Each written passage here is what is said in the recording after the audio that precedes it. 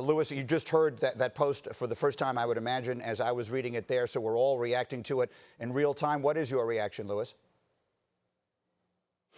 Yeah, I think, obviously, as you alluded to, Drew heard the message. He heard the reaction. He heard the reaction from his teammates. He heard the reaction from people outside of the quote-unquote football world. He heard the reaction from society overall.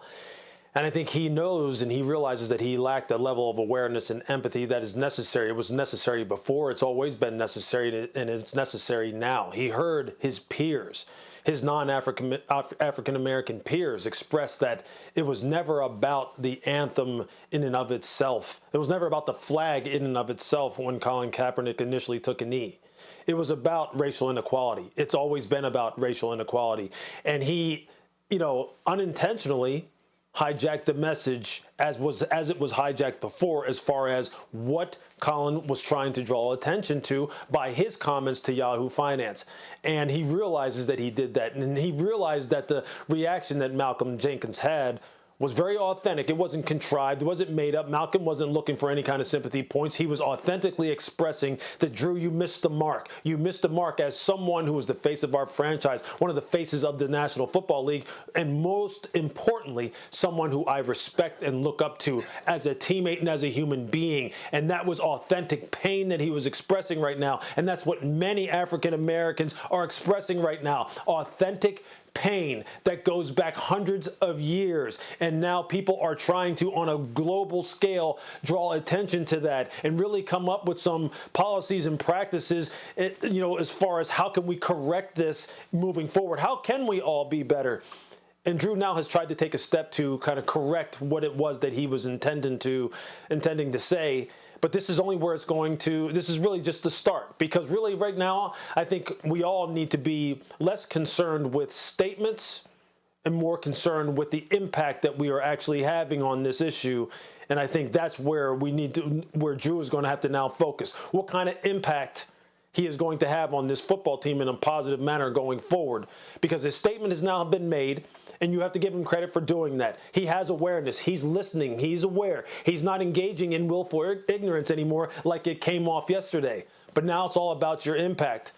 And, him and Malcolm, him and the rest of the leaders on that football team, him and Sean Payton, him and the city of New Orleans are going to have to now bridge that divide that was created by his statement yesterday. But this is a good first step. Tim Hasselbeck, what is your reaction?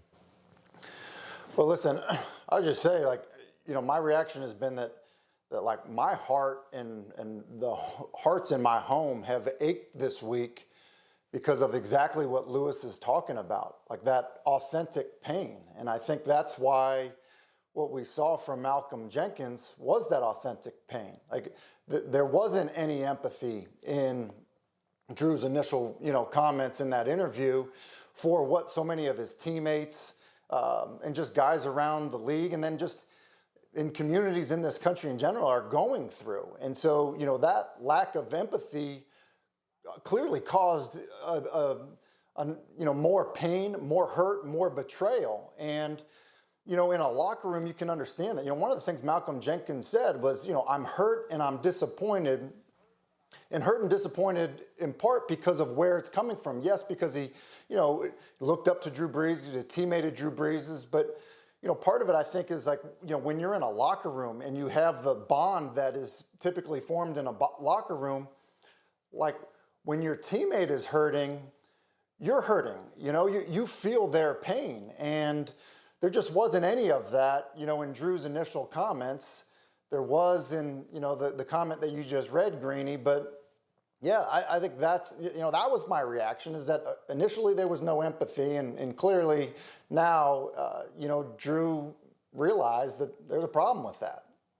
So, Lewis, these are obviously issues that extend well beyond football and well beyond sports, but this is a sports show, and so I do feel that it is important for me to ask you, do you believe this is something that can be rectified within that team? I mean, the New Orleans Saints, it's worth putting out there today, are a Super Bowl favorite. He is a great player and maybe one of the 2 or 3 faces of the National Football League.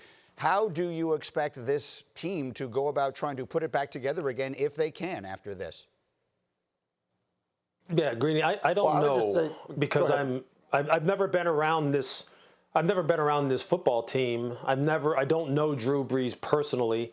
I don't know Malcolm Jenkins personally, and I don't know what the dynamics are like in this locker room on a first-hand basis. So we're really just kind of trying to take all the facts as we know them from the outside looking in and drawing on my experience on the teams that I've been on, and then trying to come to a conclusion. And look, I know this. I know, and many people have talked about the fact that locker rooms are very forgiving places where once you get on the football field, a lot of personal differences are set aside and you are all for one for all, and trying to win football games and uniting to, accomplish a common goal. And I think, there's the possibility that, given the leadership that they have and the veteran nature of this football team, that they can still do that. Although I think that the challenges are going to be very significant here because, look, Drew is in a position of leadership. And when you're talking about leadership, no matter whether you're talking about sports or society overall, you talk about three things. You talk about your credibility, your competency, and your ability to have positive impact on others. No one questions Drew Brees' competency. No one to this point, in large part, has ever questioned Drew's ability to have a positive impact on others, both on that football team and in that city and the National Football League overall. But his credibility now comes into question. His credibility took a hit yesterday with the lack of awareness and empathy he showed towards his African-American teammates, and as were beautifully articulated by Malcolm Jenkins. Credibility in that whole tripod of things of things that I talk about when you're talking about leadership, I believe is the very most important. It's the most critical. Your credibility, your trustworthiness, that people know that what you're saying to me to my face are the same things that you're saying to other people behind my back and when I am not around you. That you're still standing for me and you still have my back then, just like you say you have my back when we're on the football field, just like you say you have my back when we're in the locker room and when we're in the football building, and just like I believe that you have my back when we go our separate ways.